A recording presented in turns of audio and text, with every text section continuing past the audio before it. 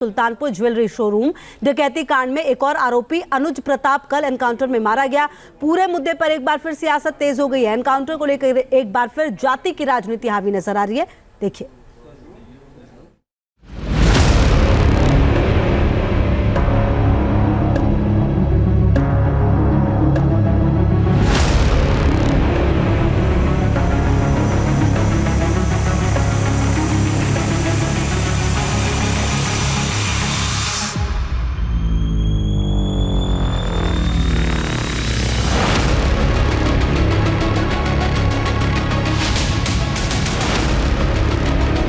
सुल्तानपुर डकैती कांड में दूसरा फुल एनकाउंटर।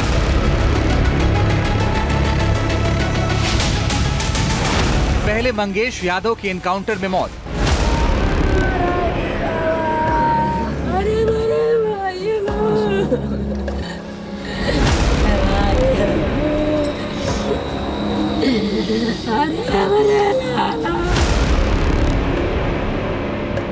अब 1 लाख का इनामी अनुज प्रताप सिंह एनकाउंटर में ढेर। संगीन जुर्म के आरोपी थे, मारे गए। एक आम नजरिए का दायरा यहीं तक है, लेकिन जब एनकाउंटर को सियासी चश्मे से देखा जाता है, अपराध और अपराधी की जगह जाति की भूल भुलैया यादव ठाकुर पर तू मैं शुरू हो जाती है।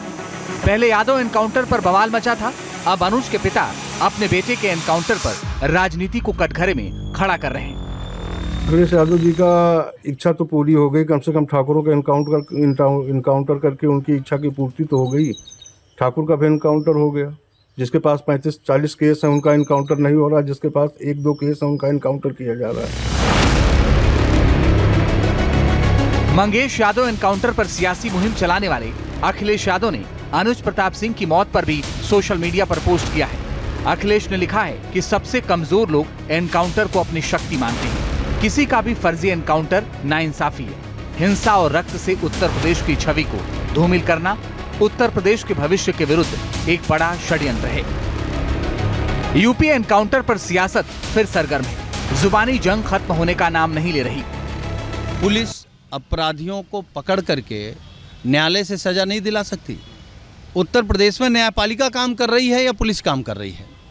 मुझे लगता है पुलिस का ये तो पागलपन है। अब एक थ्योरी में आप फंस गए मंगेश यादव के हत्याकांड में, तो आप दूसरे को मार रहे हैं। 7 साल के अंदर जो भी अपराधी मारा गया वो अपराधी था। अपराधी की कोई जाति नहीं होती।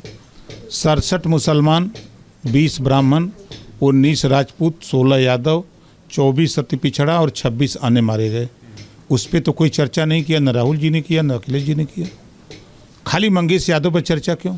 खाली यादव की चर्चा क्यों करते हो? ब्राह्मण मारा जाता तो आप क्यों नहीं चर्चा करते? राजपूत मारा जाता तो क्यों नहीं चर्चा करते?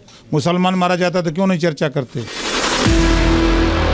फर्जी एनकाउंटर के आरोप के जरिए समाजवादी पार्टी जिस एसटीएफ को कटघरे में खड़ा कर रही है, उसका गठन यूपी से संगठित अपराध के सर्वनाश के लिए हुआ था।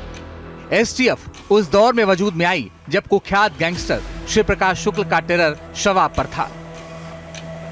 एसटीएफ ने पहले सबसे बड़े ऑपरेशन में 90 के दशक के दौरान शिव प्रकाश शुक्ला का अंत किया था।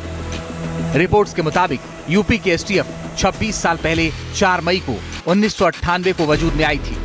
एसटीएफ शिव प्रकाश शुक्ला समेत कई कुख्यात गैंगस्टर्स को एनकाउंटर में ढेर कर चुकी है।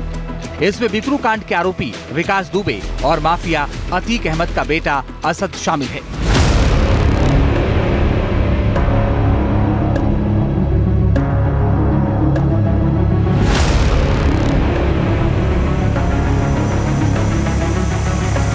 एसटीएफ सुल्तानपुर डकैती कांड के गुनहगारों को भी अंजाम तक पहुंचाने में जुटी है। उन्नाव रायबरेली हाईवे पर एनकाउंटर में आरोपी अनुज की मौत हो गई। मुठभेड़ में एसटीएफ का एक जवान भी घायल हुआ। दावा किया जा रहा है कि बदमाशों की फायरिंग में एक गोली कमांडो रवि वर्मा को भी लगी। दोनों तरफ से मुठभेड़ होता तो हालात तो खराब ही रहते हैं, तो तभी तो लगती है, गोली चलती है।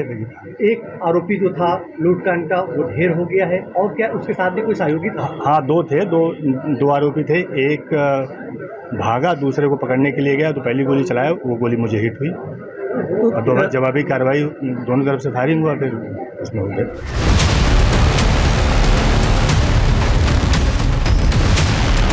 यूपी में एक और मुठभेड़ पर सियासी बवाल हो रहा है। यूपी की कानून व्यवस्था को दुरुस्त करने की चुनौती के बीच एनकाउंटर को लेकर जाति पर भी बड़ा सवाल है।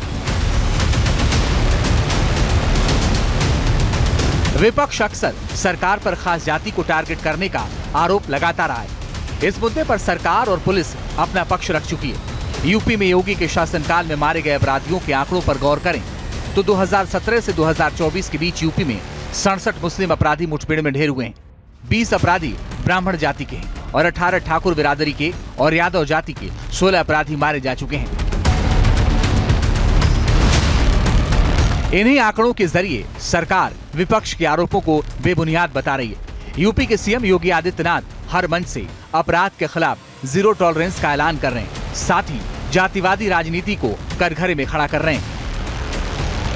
जो लोग जाति का नंगा खेल खेलते हैं, समाज को आपस में लड़ाने का कार्य करते हैं, ये वही लोग हैं जो माफिया और बड़े बड़े अपराधियों, दुर्दांत अपराधियों के सामने पहले गिड़गड़ाते थे, नाक रगड़ते थे, दंगाइयों के सामने नाक रगड़ने का काम करते थे। आज जब प्रदेश विकास की एक नई धारा के साथ आगे बढ़ रहा है, एक नई पहचान के साथ आगे बढ़ रहा है, तो उन्हें विकास अच्छा कैसे लग सकता है? साफ है कि यूपी में कानून व्यवस्था का सवाल जाति की सियासी शोर में दबता जा रहा है।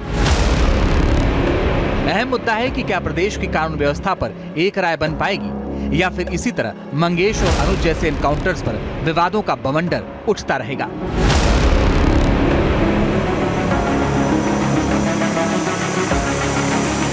Team news nation. News nation अब व्हाट्सएप पर खबरों की ताजा अपडेट के लिए न्यूज़ नेशन के इस QR कोड को स्कैन करें